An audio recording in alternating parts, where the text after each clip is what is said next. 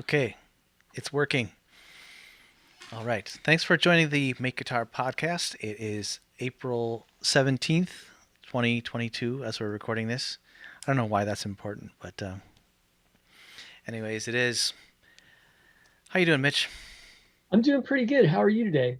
I'm doing well. Doing well. Yeah, I got my song done this week. Um, you know, it's never like you think it's going to be, but that's the good thing. That's why you actually have to do it. You can't just keep them in your head. Yeah, I was having a hard time making a song. I kind of had all these parts. I feel like I had like five songs, but I just crammed them all into one recording. Well, that's good. Mine was kind of the opposite. I had like one part, and I just stretched it out throughout the uh, the duration of the song. But I was kind of thinking of like a Manu Chao kind of vibe when I came up with it. And actually, I woke up with the idea in my head. It was very like such as it was the idea. Um, it just it was very basic. Um, so I thought I'd try something like that. Probably would be better if I put vocals on it.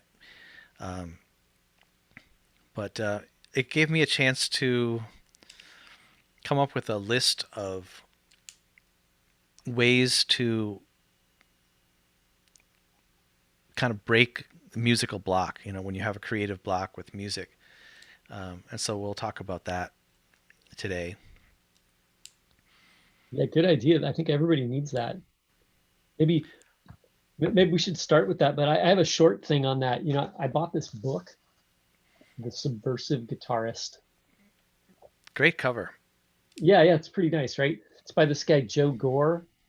He wrote a column in Premier Guitar under the same title. So I think this is just a collection of those columns, like in book format. And it's just a bunch of ideas on how to break out of your standard guitar playing, like if you're trying to look for new things. So, it's got chapters like I just got it, so I haven't really even started on it yet. Um, it's got chapters on like trapped in the box, so how to break out of playing the Mm-hmm. pentatonic box or whatever, right? And then it's got a chapter, should you learn to read music, right? And then it's got Very interesting. it's got a whole chapter on um, rhythm, and then there's some subversive techniques like mindful vibrato. What is one? There's one that's like the end of the note, like Hmm. what to do at the end of a note, right? So anyway, it looks kind of interesting. So I was hoping like maybe this would inspire. So I got this book and I'm gonna start working on that. And it's got exercises. There's like some exercises with like music and tablature in here. I don't know if you can see that, Oh but yeah. so it's got text with some ideas, and then it has some little snippets that are tabbed and written in music notation. I think there's some audio too on the internet, so you can kind of link to it and hear the audio. Okay. Cool. Well, I mean, I think I should definitely read that book. My own, like the ideas that I came up with, I think they're kind of things that you might like observe in things like in Get Back, where the Beatles are like, what should we do to, you know, make this the next turn on this song? And they would just, you know, turn the melody upside down, or they would, put an ascending thing or a descending thing in, or whatever. They had all these tools for breaking through creative blocks. So I Sing in came up with my Scottish own. accent. Yes, exactly. Use a crazy Scottish accent, but I don't think that ever made it onto their records. Um, but they did some goofy stuff. They sure did. Yeah. So what? Tell me some of your ideas. Okay, Break so me out of my creative like box. well, they're all easy. Like none of these are going to require you to have to really learn music theory. Um, so my first tip was to start with single note melodies. And I think a lot of times guitarists feel like they have to do something, really, you know, um, complex, or they need to start with like a chord progression. But I think if you just come up with a little, little ditty in your head, or with your actual voice, which is another piece of advice I've heard people say, like sing your melody lines. It'll make it more real, and then you can come up with a chord progression that supports it.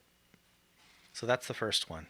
Um, the second one was to let the rhythm take you, and by that I mean like put down your drum track and then play to it rather than trying to get like a software drummer um, to fit what you're playing. I mean that's great if you have something that you want to try to achieve rhythmically, but a lot of times like a strumming pattern or other rhythmic um, things that are make your melodies different are rhythmic and can come from like a basic rhythm track that you might find in GarageBand or whatever your your drum provider, your drum machine is. So yeah, don't have the same strumming pattern all the time. The third idea, which is one I mentioned already, was to record your first waking notes. So like if you wake up with music in your head, don't start watching YouTube videos or or just think, oh, I'll remember that later. Record it using like music memos or GarageBand or whatever you have to do, just so you've got your idea down. They might not be the best ideas you've ever had, but it's a good place to start, and that's where my song this week started. Um, Coming up with a name for your song, I think, is a good way to inspire to inspire you to fill in the blanks. You a lot of times if you're just trying to get by on the inspiration that the melody provides, you don't really you're not really telling a story, and music is a way of telling a story. So I think like if you come up with a name that's evocative of something, then you work towards that end. Um, there are a lot of things that you can do just by changing your posture, like standing up while you're playing. Um, you would definitely have a better chance of fitting into the pocket if you're standing up. A little bit more loose, and um, I don't know. The ergonomics I think are better. Um, Sitting on the couch is probably the least conducive kind of um, position for playing like really inspired melodies. And then my next idea was steel. Find something that you like, or maybe even something that you don't like, and I'll get to that one in a minute. But steal from other people and then appropriate it. Make it your own as you can. Um, Using a like an iPhone instrument, like if you have like a little Moog or ukulele app or something like that, um, fiddle around with that, and you're definitely going to play things on that instrument that you wouldn't play on your guitar initially. So that might be a good way to come up with interesting ideas. And another idea that I had was to take whatever your idea is, and if you're not liking it, slow it way down. Like stretch out your one measure piece into four measures or whatever it is. Just stretch it out, and then you can kind of add resolution as you go on. And what I tried to do was add gradually to the piece, so that I wasn't trying to make each track a whole song. Like when you play in a bigger band, you play less. So So try that with your compositions. Play less on each track and make room for more parts. And one of the ideas that I had was that you can, even if you're using a software drummer, give the drummer a solo as a kind of like a way to draw out time. I didn't do that on my song this week. I kind of wish I had. I might go back and do that. But one thing I did kind of do was I put the beginning, like my first idea, pushed it towards the end. So like come up with your idea and then save it. Save the best stuff for last. Push it towards the end and then work up to it slowly. And I also didn't do this, but I thought if you draw or do some other creative thing while you're listening back to your song, it might reveal some other things about your piece. Yeah, those are really great ideas. I like that name your song first. I feel that sets like a mood or like a kind of a target maybe that you're going for, Yeah, absolutely. right? Yeah, those are really good. I gotta put those into practice. I think it's good to have a checklist, like you have them Oh all written yeah, down. right. Yeah, and I'm going to continue to add to this list, and so I'll have a place to go and if I need ideas to break the block, I'll just go there. Yeah. Reminds me of those of the Brian Eno cards. He's got a deck of cards that just have Mm. these kind of non sequitur kind of ideas on them, and he uses them for creative stuff. So you just draw a card off the top of the deck, and it says something like, I don't know. I forget what they say, but they're kind of weird. It's like, go outside and talk to the wind. And it's got Oh, that's great. yeah. It's supposed to be kind of cool. People actually printed them up. He just did it for himself, and then people made like kind of a product out of it, so you can kind of buy them. Oh, that's really cool. Yeah, I saw some guys making a set of these for like Eurorack. So like, if you play a Eurorack synthesizer, they had a whole deck for that. So it would just be like use a filter as a sound source or use you know, I don't know. I forget. There's a whole bunch of weird ones like, wire your synthesizer backwards or, stuff like that. That's cool. I mean, the Micro Freak has a lot of there's a lot of demos of the all of the different functions on YouTube, and so sometimes that will inspire me to do something different with a song. But anything that involves watching a YouTube video is a slippery slope. It can be really dangerous. You get sucked into the rabbit hole. Yeah. Yeah, actually, I like your list there. It's almost like it could have its own deck, so you could draw. You're like, I'm stuck. You draw a card off the. Yeah, maybe I should make sure that there's like at least 52, and then we'll Yeah, yeah. Well, put it in a deck. the thing is, like, like the deck. You don't even have like all those ideas. You don't have to buy the cards. You can just make your own. Just get a bunch of 3x5 cards or put them on the computer somewhere, and then just open up a random file or I don't know what. Yeah, yeah. Well, I thought Well, we're gonna have a website for the channel at some point, so I'm going to put them on the website. There'll be like a resources section, Oh, that's a good idea. and I like that. I'll just keep adding to them to the master list.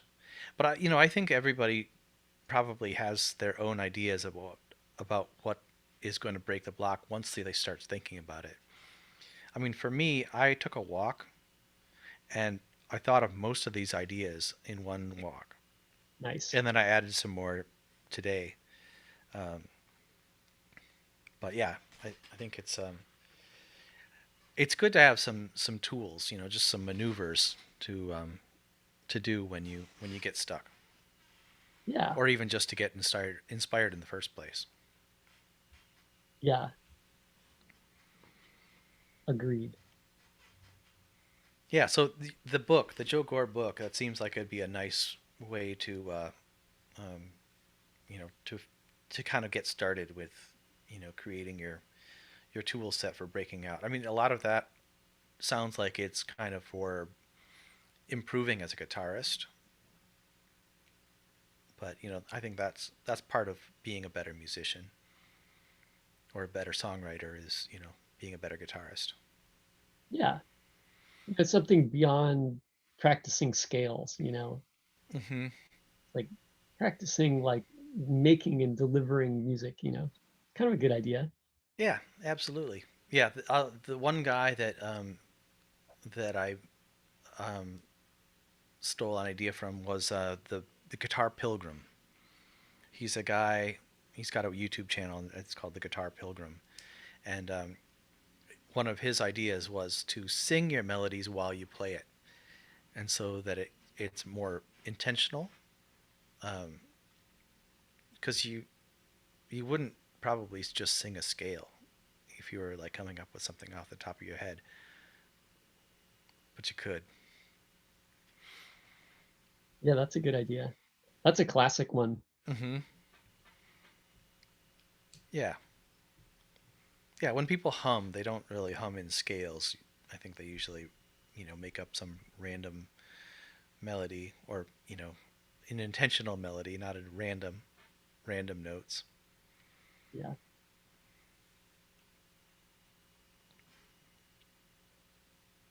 So you mentioned that you had like 5 ideas for your song this week. Yeah. Did they all come together kind of at the same time, or were they 5 different um, days of inspiration? I think I just put down a few things like, and then I was gonna arrange them for a song, and they just like I was hoping they'd go together, and they kind of never really quite Mm, gelled.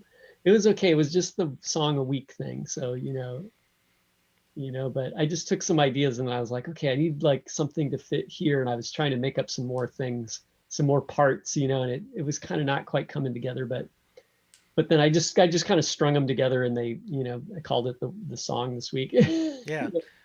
Well, I mean, it's I probably have mentioned this before, but like the artist way, it's a thing that writers generally do, where they just write down the first 3 pages of bullshit that comes into their head, and then everything they write after that is going to be good because they've gotten all the bad stuff out of the way. Oh, that's a great idea. Yeah. Yeah. I don't know if I can do that with music yet. Maybe though, I'll work on that. Yeah. Yeah, well, yeah, I think the more prolific you are, the better you are at being prolific. Yeah, I'll agree. Um, I don't know, like, how, what the quality of Dolly Parton's songs are that she writes every day. Maybe she works on some harder than others, but, she's very prolific, and I think she's a very talented songwriter. Yeah, But I yeah, think song so. every day, you kind of have to be a I think professional so. musician. Yeah, right. Yeah. Should we move on to the next section? Yeah, yeah, let's talk about the Titan Boost. Yeah. So I made this new boost this week. This is the Titan boost. Let me share my screen for a minute. Um, so Titan Boost was made by this guy John Hollis. I'm actually looking at his website right now. This is his website. It looks like it was made in like wait, at the bottom it says last updated 2002. That's like 19 years old, but he had a lot of really great ideas. Like he's got like this is like a phase shifter, there's a chorus pedal idea, and all these circuits are good, like people have built them in the DIY community. This is this thing down here called the Titan Boost, right? And you can also turn it into an octave pedal. So it's a simple boost that gives a 30-volt peak to peak output using a 9-volt battery. So it has up to 30 volts output. Like I almost feel like I could break my amplifier by turning the volume all the way up on the boost. I mean, seriously, I think you couldn't really break the amp, but you could overdrive it seriously with this boost. Hmm. Here's the schematic, right? Can I just throw in, Yeah, the parentheses fuzz also kind of had that feeling like, wow, the boost on this is so loud, you could blow up an amp, or it's just like blow up an audience. yeah. The boost on that is pretty loud. It's pretty hot. Um, the well, actually, that's a really great question there, right? Because you're saying like, okay, well, the parentheses fuzz, what's going on with the boost there? Well, it has a single transistor. It uses a Mosfet boost. It's similar to the super hard-on, right? Okay. So that has, at most, it has a 9-volt headroom, right? Like it could go up to 9 volts or down to 0 volts, right? You can't really get more than that, but that's a lot of boost, right? Like Mm-hmm. your guitar puts out about a volt, maybe 2 volts if you have hot pickups, right? Mm-hmm. And this goes up to like 30 volts, right? That's So crazy. it's kind of crazy. The other thing though is if you boost the super hard on, like you turn it all the way up or run a hot signal into it, it starts to overdrive a little bit and you get like a little bit of distortion. It's a kind of a good distortion that sounds good, right? Mm-hmm. This actually, the funny thing is the boost is clean all the way up to the top. Like it's clean, okay? So the way that it works is like I built a little circuit board for it right here. And here's the build right there. This is a transformer, and you can see it in the circuit right here, right? The transformer is a step-up transformer, so it has a 1K side and a 20K side. I'm not quite sure about the math, but let's just call it like times 20. So the way Okay. that this works is essentially there's 2 coils of wire, and they're right next to each other, right? And what happens electrically is whenever you have an AC signal passing through a wire, it generates an electromagnetic field, okay? If there's another coil next to an electromagnetic field, it picks up the field and generates a current flow, right? So if you have current, like AC current flowing through a coil, it generates a field. And if you have another coil right next to it, it picks up that field and generates a current, right? Right. So what's happening here is depending on the number of coils you have, it determines like how strong the current is. So here we have fewer coils on the left side and more coils on the right. So the right side generates a larger current. Okay. So essentially we kind of just say that this is like, anything you put in this side is like times 20 going on the outside, on the output over here. Okay. So this is interesting because the circuit on the left here runs on 9 volts, but we can have more than 9 volts coming out the output on the other side. A lot of people will build a circuit with larger headroom and they'll build like a charge pump in there, which takes the 9 volts and boosts it up to like 18 or something. But this does it without without the charge pump, right? Right. It's kind of like that Rev Star, like the Yamaha Rev Star has a boost that's like it's passive, but it's built into the guitar, and it's built on the same principle. Like they have a little transformer in there that's a step up transformer, so it doesn't require a battery, right? Here, this one uses a battery because it's got these 2 op amps, and so essentially, like the top one, we can see like the input right here is this little arrow and it goes into the non-inverting input, right? And the gain here on this op amp is set by this 10K resistor here and the 22K resistor here. So, if I got the thing here, wait, here it is. Wait, where's my, that says using chips. I want the, Oh, the formula, the gain. yeah, where's my formula? I'm looking for my, I think you were just there. It was right below that little oh, you're right, you're right. diagram. I just passed it up. Let me see here. Let me go next here. There it This is. is this is the non-inverting circuit right there. I'm looking for the one that's inverting. The non-inverting, it's this one right here, right? So Okay. so the gain here, like you can see, we got the input going to non-inverting. Here's the output, right? The gain at the output is set as R2 divided by R1.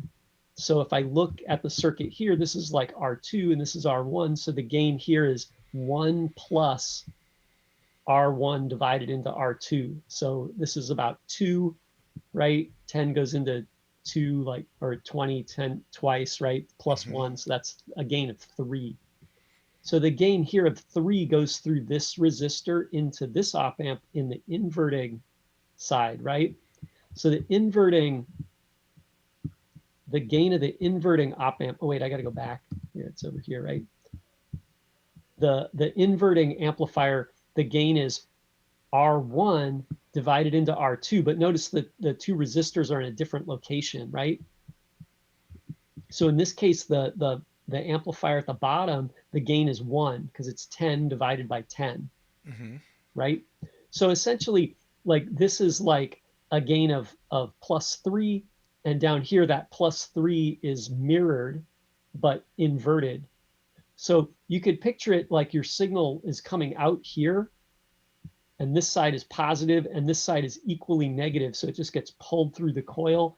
And then when your signal goes down, like if we're talking about going up, for a sine wave like this, when it goes down and it's at the lower part of the curve, then this side becomes um, negative at the top and positive at the bottom. And so it pulls the signal the other direction, right? So it's Got it. essentially like your signal is just getting pushed and pulled through this coil.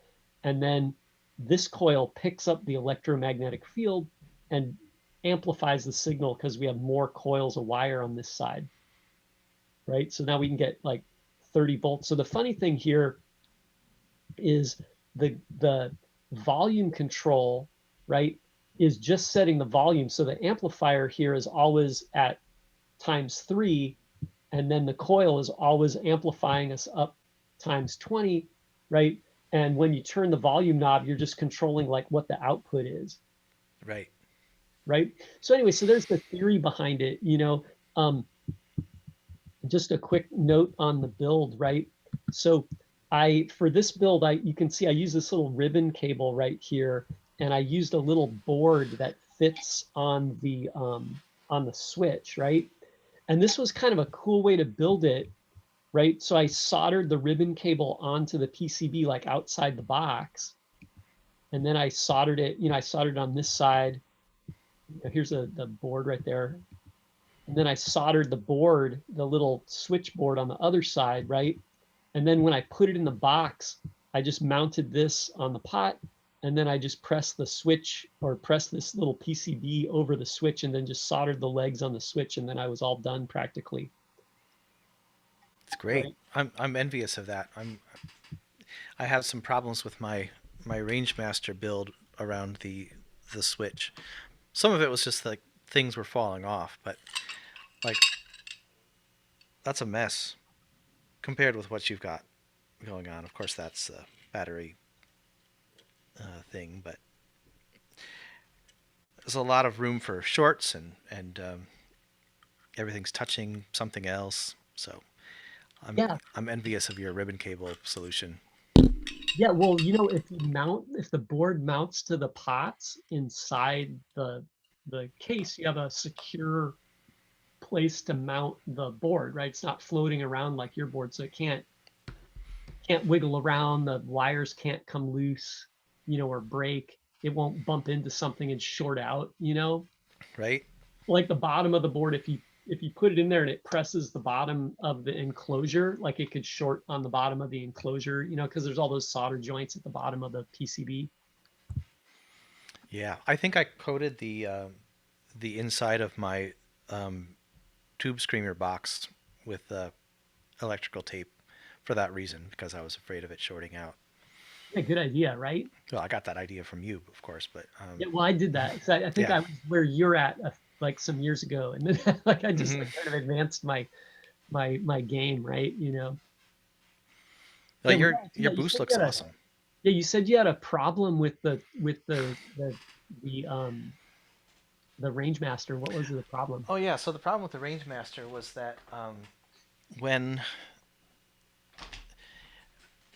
when it's on, the red light is glowing as bright as it should, and it works. I can hear, the sound being rangemastered or rangemastered, and but then when I turn it off, the sound goes away, but the red light is still on, but faintly, which is really strange. But yeah, it doesn't produce any sound.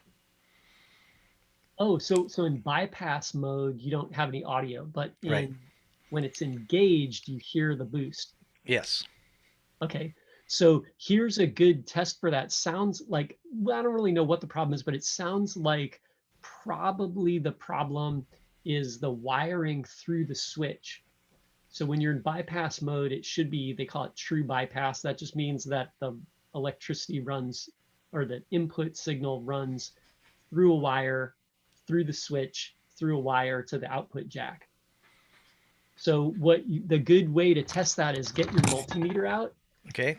put it in the, like turn the little switch to where you're in like continuity mode. Sometimes it has like a little Like musical, audio. yeah, Yeah. right. So you switch it to that, and then if you touch the, like here, let me get my multimeter here, right? If you turn it on and you touch something, you hear the little beep, right? So if you touch 2 points on your circuit, like actually, I guess my computer is not, you know, yeah, you can see like I'm actually touching the tip and of the jack, of the input jack, and the tip of the output jack, and I get continuity. So I know that the signal is passing through, right? So what I would do is do that with your multimeter, and then just follow the signal through the switch, right? Okay. Okay. And at some point it's not gonna, you're gonna get a signal, and then at some point it's gonna stop, and then ask yourself, okay, what could be going wrong here? Right? Check the joint, that it's soldered, check that there's no shorts, check that it's connected to the right location, right? Another good test is to touch the tip of the input, right? And then touch ground somewhere on your box. So it actually could just be the box. It could just be the sleeve on the jack. And if you get continuity there, you're shorting to ground, and then there's going to be no audio. Right. Right. And that can happen for a few reasons, like just something's bumping into something else, or there's a short, like a solder bridge, Right.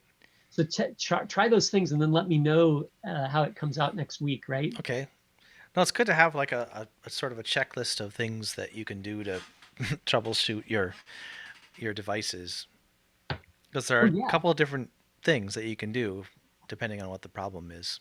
Yeah. This is kind of like your list, but we're Hmm. developing a list for solving pedal problems. Right. Right? The music list, we have different solutions, but now we have a list of solutions. We're building a list of solutions for solving electrical issues, right? Right. Yeah. Well, yeah, I need that.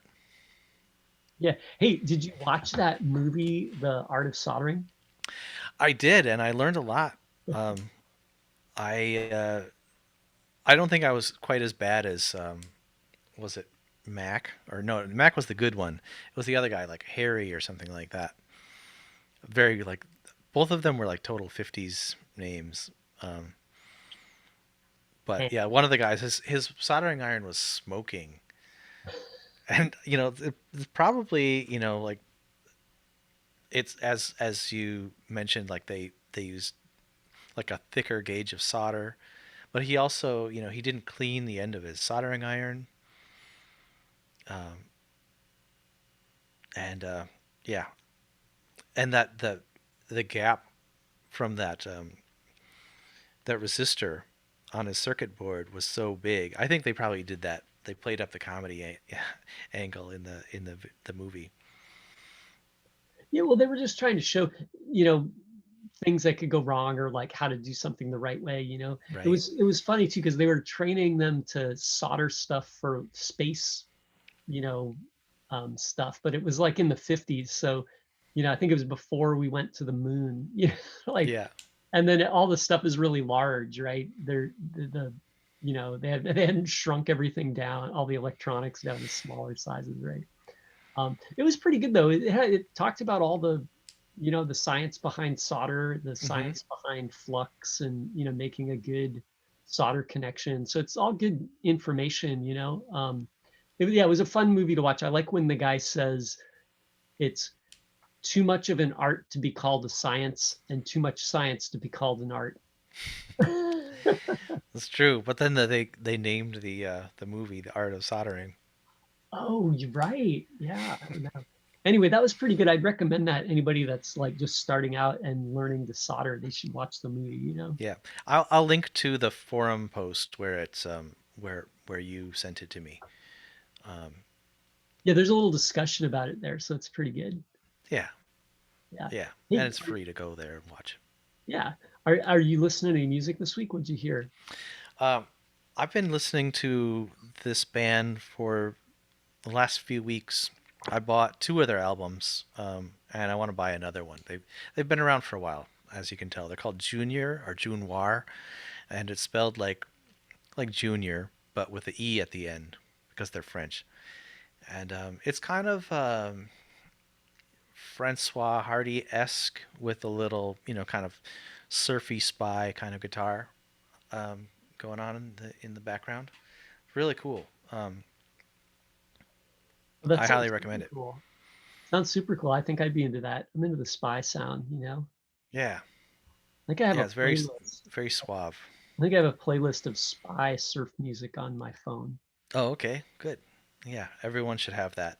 That little mystery for those foggy mornings or whatever. Yeah. Coming home from the bar late at night, Yeah. you know. How about you? What are you listening to? Didn't listen to anything new, but Fu Manchu came out with another album on Bandcamp. It's a kind of like Hmm. like a like a single or an EP. It's got like three songs on it, you know. I think that's more. I think they're new songs too. They're all new. Okay, Um, I might have listened to it. It came out like a few weeks ago, or I yeah, mean, yeah. It was recent. It's called Fu 30, I think. is it? What do you think? It's like 30 albums of theirs, or 30 years of Fu Manchu, or what do you think it is? I think it's 30 years. This Oh actually, wow, okay. I'm realizing this one was Fu 30 Part 2. Mm, Is there a Fu 30 Part 1? Oh, there is a Fu 30 Part 1. I don't know that I if I listened to that one or not. Yeah. And maybe I got to go back and listen. I must have missed that one, and then I listened to this one when it came out, because I got a message from Bandcamp reminding me. that's a nice thing about Bandcamp. They remind you to listen to music. Yeah, they're super cool. Yeah, Right? I mean, the best thing too is that they people actually make money on Bandcamp.